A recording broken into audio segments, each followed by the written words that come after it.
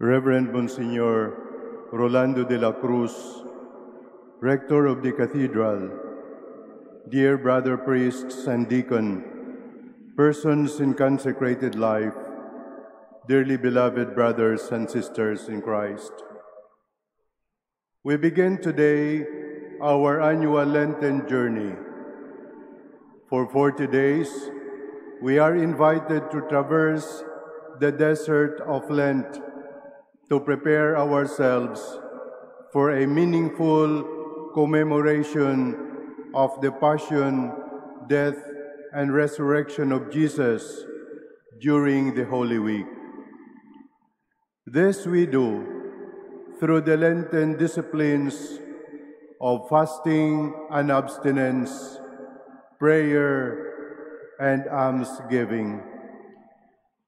Through our self-denial in fasting and abstinence, we are conducted to a deeper focus on God in prayer and loving attention to our neighbor in almsgiving.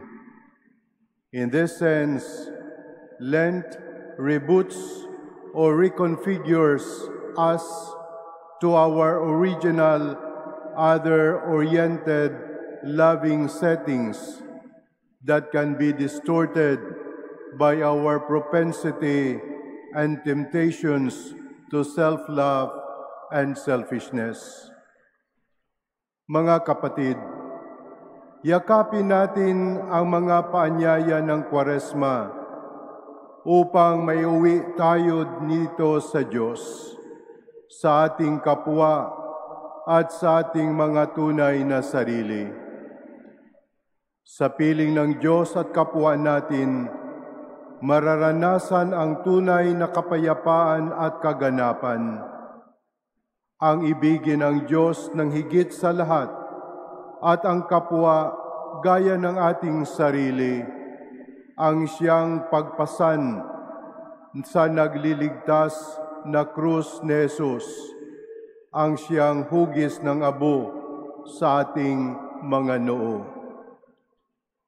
While we appreciate the pedagogical value of our Lenten observances, our readings indicate that this journey should be more internal than external.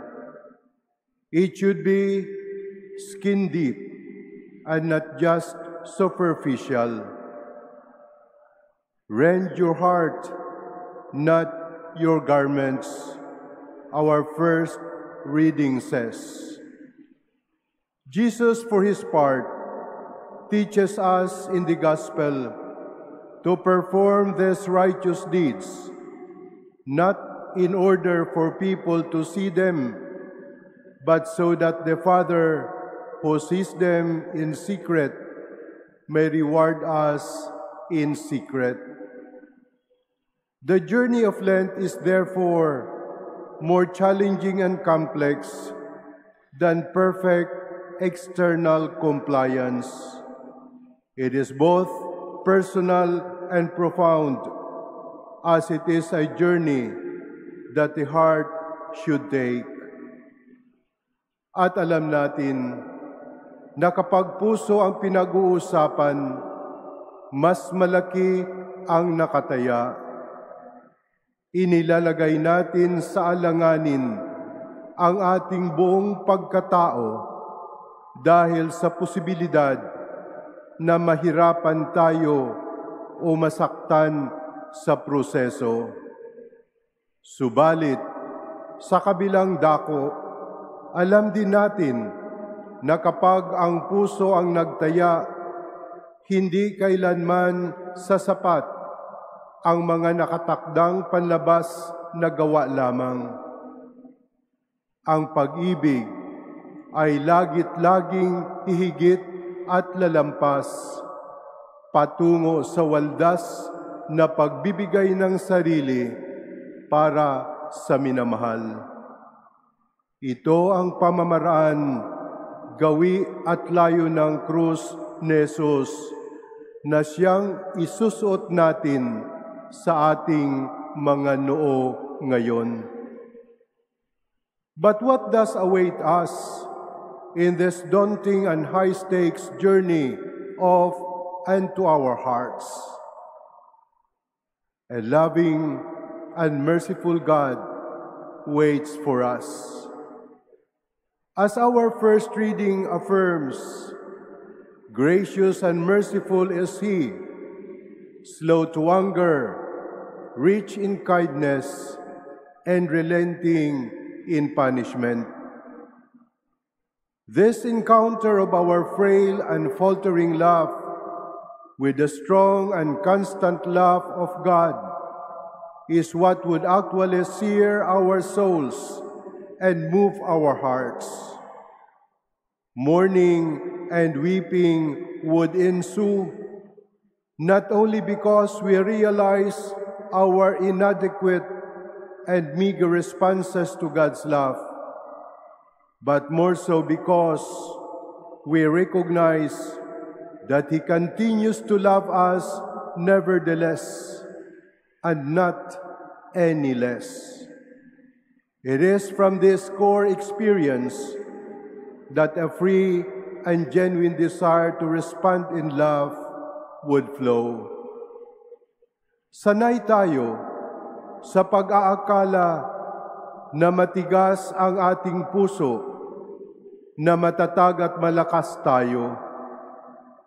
Sa harap ng mga pagsubok ng buhay at ng ating mga kaaway, minsan, kahit pa sa pakikipag-ugnayan natin sa Diyos, ipinapamalas natin ang ating mga pusong bato. Subalit ang puso ay laman at hindi bato. Ito ay pinalalambot at pinapatibok ng daloy ng pag-ibig. Hinahangad ng Diyos ang pagbabalik ng ating buong puso sa Kanya upang mahilom niya tayo. Masasabi nating gumagana ang therapy o mapaghilom na pamamaraan ng Kwaresma kapag muling tumibok ang ating puso para sa mga tamang ugnayan. Hayaan nating tumalab sa ating mga puso ang misteryo ng pag-ibig ng krus ni Jesus na siyang isusuot natin sa ating mga noo. Therefore, when we heed the invitation of the second reading to become ambassadors of Christ, we will call on people to be reconciled to God, not just for them to be cleansed from their sin, offense, evil, and guilt, but more for them to avail of that life-giving encounter with the compassionate and forgiving love, God's love. This is the reason why, according to the prophet Joel, we will call an assembly to gather a people, notify the congregation, the elders, children and infants, bridegrooms and brides, priests and ministers, not to harp on the threatening chorus of the loss of heaven or the pains of hell, but to lead them to the cross, to be enthralled by the love of Christ. In this collective journey, we appeal to and remind each other so as not to receive the grace of God in vain. Kung gagamitin natin ang imahen ng dalawang nagmamahalan, hindi ba't kadalasan ay maroong nagsisilbing tulay sa magsing-irog? Baka nais mamanhik ng Diyos sa iba sa ating pamamagitan.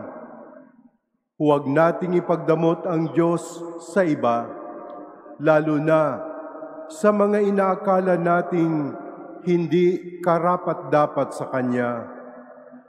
Magpatulong tayo sa Kanya na makapagsalita upang papurihan siya sa gitna ng madla. Ipakilala at ipahayag natin ang Kanyang pag-ibig sa iba.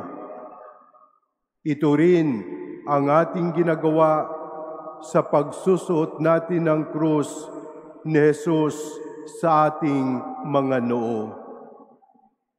Indeed, we are but dust, and unto dust we shall return.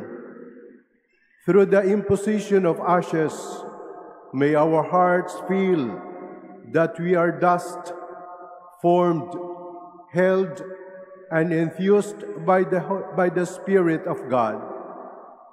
Let us help each other return to Him who fell to and kissed the dust while carrying the cross of our salvation. Now is a very acceptable time. Now is the day of salvation. Be merciful, O Lord, for we have sinned. Amen.